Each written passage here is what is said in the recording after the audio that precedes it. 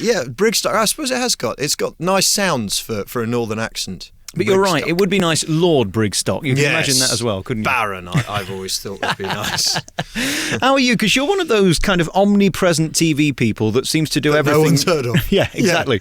Yeah. You've got your own TV show, you appear on things like Have I Got News For You, and then you're a remarkable stand-up comedian, and you do everything quietly. You're one of those workers of show business where you're never going to get the £10 million contract, but you're always working and you're always busy. Does that bother you, or do you quite like that? I prefer doing... Well, I say I prefer. I haven't tried the £10 million contract. When I have, I'll let you know. But I like what I'm doing at the moment. I really do. I have my show on BBC 4 that the thing I really love about it, to be honest, is they let me do what I want to do. No one interferes. You haven't got a big channel boss going, the ratings fluctuated, or, you said something that upset whatever. They just let me say whatever I want to say, and, it's been fairly provocative. I'm usually quite astounded that we haven't had more hate mail. I mean, I get a fairly decent amount, but it's nice doing that. And then and also mixing it up. I do loads of radio stuff and a fair bit of telly stuff, and still lots of live work. And to be honest, if I stop doing any one of those things, it'll be a shame for me, because I like having a finger in as many pies as possible. It's interesting. I mean, you're often found on Radio 4 and BBC 4, and let's face it, these are demographically aimed at brighter people, people who think, people who are aware of the news. That doesn't sit well with being a stand-up comedian sometimes, because you always imagine that comedians are kind of northern and down market, yet you're doing the highbrow stuff, yet you're still funny. How do you balance that? There's... it's horrible to talk about an audience as a market, but there is a market for... stuff that has been thought about carefully. People do discuss the news more now, I think, than at any other time in my life, because firstly, the news is everywhere, 24-hour rolling news and newspapers and all the rest of it. But I think people are interested. The shift in 97 into a Labour government that everyone held their breath for, like, what's going to happen? What's going to change? And then it turned out nothing at all. Big business continues to have its finger in government everywhere and runs everything, and we're at war in a despicable state there, and we welcome various despots over here. People, I think, are really interested in this stuff. I mean, I know they are, because I have an audience. That said, I'm also a fan of comedy. I mean, Bill Bailey is probably my favourite touring British comedian at the moment, and Bill doesn't do any of that sort of stuff. He's just plain, straightforward, hilarious. So, I mean, there's space for all of that, but that's what I enjoy. My passion is when I say politics, I don't mean sort of party politics. I mean like social politics. I'm fascinated by. It's interesting because in America there's a lot of you around there, very good people who have their daily shows literally and are able to vent their spleen and make jokes and make fun and in a funny way bring the news to the people who don't want to watch the news. I read an article the other day that Jay Leno, apparently his late show gives people more news than the actual news. They learn more from him than they do from the news journalists, which is a fascinating reflection on society, isn't it? No, absolutely. And the Daily Show as well. I mean, I think the Daily Show on Comedy Central was quoted as being the fourth most trusted news source in the United States, which is phenomenal. And I mean, what it's meant is that Jon Stewart has been held up by various interviewers and pundits as being very responsible for everything that he says. And he always says, look, my show comes on after a puppet show. It is what it is. It's a comedy show. I think that is important to remember. My comedy sort of deals in pomposity, and that's part of, the self-mocking nature of it, I hope. I hope people get that. And it is just gags. It's just comedy at the end of the day. But the rule for me is I don't really talk about anything comedically that I don't care about. So I don't expect people to agree, but they will get a very unfiltered opinion from me. Unfiltered makes it sound like I don't think about it. But, I don't sort of... I don't cut anything out for fear of offending anyone. It's a fine balance, isn't it, to get on the BBC 4s and Radio 4s, that you can be opinionated and political, but not extremist. There's a fine balance, isn't there? There is, definitely. And, I have the benefit of having failed utterly to put together any sort of education. So I haven't come into what I'm doing from the point of view of someone who was sort of actively involved with the Socialist Union at university or anything like that. I don't I don't know a lot about history. Most of the things I deal with are from the point of view of I'm astonished. Every time a politician is dishonest, I'm astonished. And I'm furious. Whereas lots of other people sort of say, well, I mean, this is what, of course, if you look back in history, this is what politicians have always done. Whereas I say, no, that can't be right. These are the people. These are the ones we chose. So I think that's probably a benefit, that I don't bring a sort of particular form of politics to it. I mean, clearly I've become more and more left-leaning, if that's the case, except when it doesn't suit. When, I'm very pro-Europe, for example, which probably means that I'm rabidly right-wing, I think one of my greatest thrills of the last few months was the story about David Cameron coming into work on his bike, and the footage that went with it was funny. But then I found out that, in fact, his car follows him in every day with his suit and papers, which I wonder how stupid they think we are. And it just staggers me that a politician would think that I'm such a moron. I'm not going to work out that is purely a political stunt. And it does take people like you to bring that to people like me and just make a complete mockery of them, because they deserve mocking for that kind of stupidity. They do. It's very, very important to mock. I mean, comedy is only comedy. It's not ultimately going to change the world. But I think...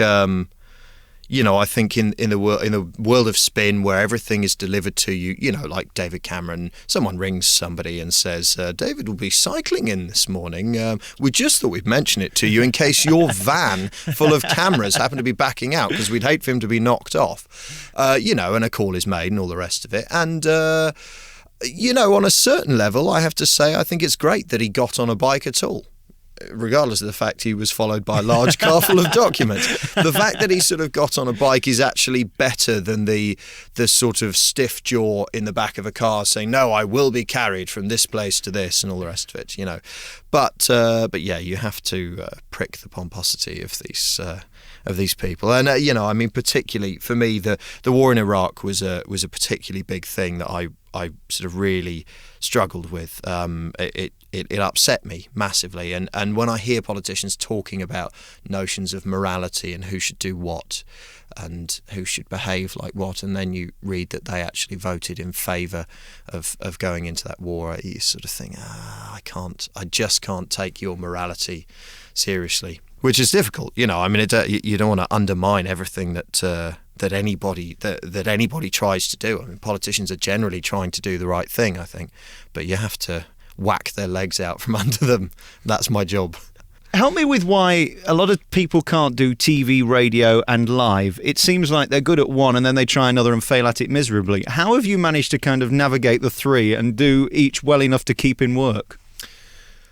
To be honest, I don't know, except that the Edinburgh Festival has played a big part in it, I think. In that I've always, I'm a huge fan of the Edinburgh Fringe. It's an extraordinary thing to be part of. Actually, there's something rather sad going on at the moment, that the four biggest venues are trying to separate themselves from the rest of the Fringe and set up their own comedy festival, which will make it more expensive for punters, more expensive for comedians to put shows on, and everybody else, and it'll stop subsidies going across and all the rest of it. That's all very sad. But I'm a big fan of the festival because it allows you to really explore and do different things. And I've done as many different things up there as I can. Self-mocking shows, things where I've sort of mocked other people, impressions, sketches, characters, stand-up. Daily topical show, and just tried to sort of throw the net wide. I mean, ultimately, it's not rocket science. I'm a bit of a tart. I like performing, and so if I could sing and dance, I would. That I don't do currently because I know that I cannot. But in terms of comedy, I mean, frankly, anything where someone's willing to let me have a go, I will try. How do you know when you wake up in a morning one day that you're not just the average bloke in a pub with an opinion who can do it in a jovial manner? You've actually got something that people will be interested watching on the TV or listening to on the radio or watching live in a theatre. Was there somebody always telling you that you had an ability to perform, or did you just go ahead regardless? No, I mean, you've very sweetly but rather inadvertently driven a spear through the very core of my being. No, I mean, to be honest, I have imposter syndrome all the time, which is the belief deep down that I'm no more than a big-mouthed bloke in the pub saying, everybody shut up and listen to me. I've figured out what's wrong with the world, and if everyone just pays attention to me, it'll all be fine. That's how I feel. I am just a bloke in a pub, except that I don't drink, so my opinion's probably been thought through more carefully than some others. So you're really just a classy Jeremy Kyle then? Is that the truth? That I aspire to. If only the Kyle benchmark is what I aim for. No, I mean, look, I try to point out, not so often that it becomes dull, but I try to point out, that my comedy is it's only my opinion. I do read carefully, and I enjoy it when people engage with me and say, I think you're wrong, and I love that process. We can go, brilliant, why? Because then you get to show off, and sometimes you win, and sometimes you find out that they're actually a scientist and they know a lot more about climate change than you thought they did, as often happens. But no, I mean, I am just a big mouth, but that's all comedy is. It's just, are you the person willing in the pub to bang on the bar until everyone else shuts up and then just front it out while everyone stares at you? I like that feeling. What is the feeling like? And I always ask this question, I repeat it time and time again, when you go on stage and do your funniest joke that you think you've written and nobody laughs. There is nowhere more lonely than being in a room with between 500 and 1,000 people and your sole function is to make them laugh and they're not. There is nowhere more alone than that. The middle of the desert would be a more comforting place. It's awful because but on the other hand, that's the bet. That's the gamble that you make with comedy. With comedy, unlike any other art form, for want of a better phrase, you only have really one objective, and if they don't laugh, you didn't do your job. That's it. It wasn't the lighting director, it wasn't the bloke who wrote the script, it wasn't the casting was wrong or whatever. I write it, I turn up, I deliver it, I go home. If they didn't laugh, I didn't do my job.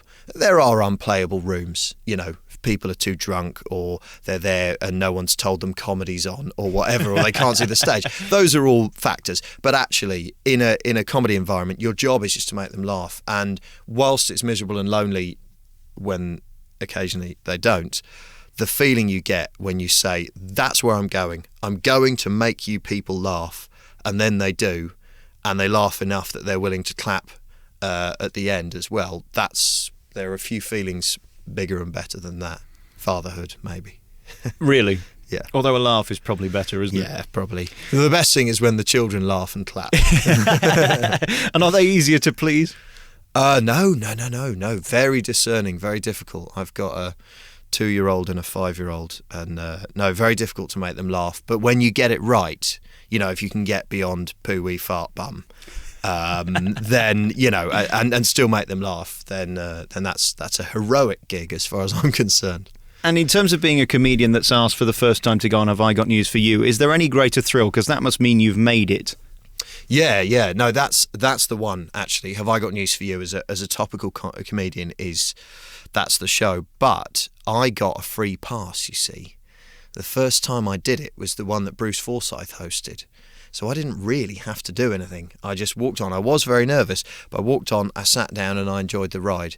Because that particular show, which has become quite a famous show, I think, Bruce was doing what he does and Paul and Ian were astonished, and that's where most of the laughs came from. So I kind of got a freebie on my first go, which was great, and I've hosted it and been on it several times since. And I still think Have I Got News for You 15 years on is as good as it gets. I think that is a terrific show.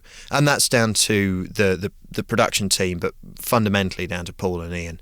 You've just got two brilliant comedy brains at work there, going at topical comedy from two completely different angles. So whenever I'm on, I'm utterly thrilled to be there and terrified.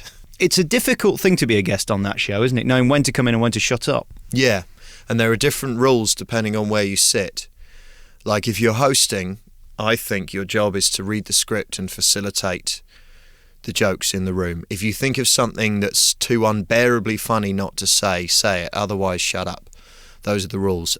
When I've seen shows where comedians are hosting and they have all of the scripted material that the host has, and then on top of that, they're out for a for their big gala performance, it doesn't work. It throws the balance off. If you're on Ian's team, you need to do just enough to make him squirm, because he's a little bit prudish.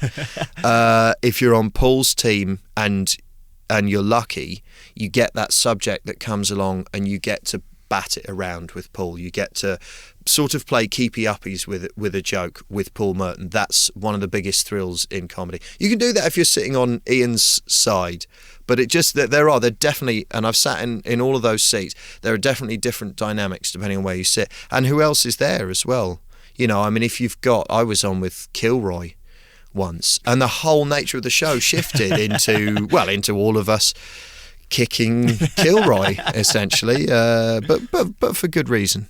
So different rules definitely, but always really, really good fun. And if you know you've got Boris Johnson somewhere in the building, you're probably going to win, aren't you, really? Well, if you know you've got Boris Johnson in the building, what you don't do is make a dinner reservation for afterwards, because I think the last recording Boris did was 2.5 hours for a 30-minute show. Quite impressive. Have you ever had those moments, though, where you've said something to generate a reaction or to make somebody laugh and you go, why did I say that, for Christ's sake? That was the worst thing I could have said. I know I'm going to get into trouble.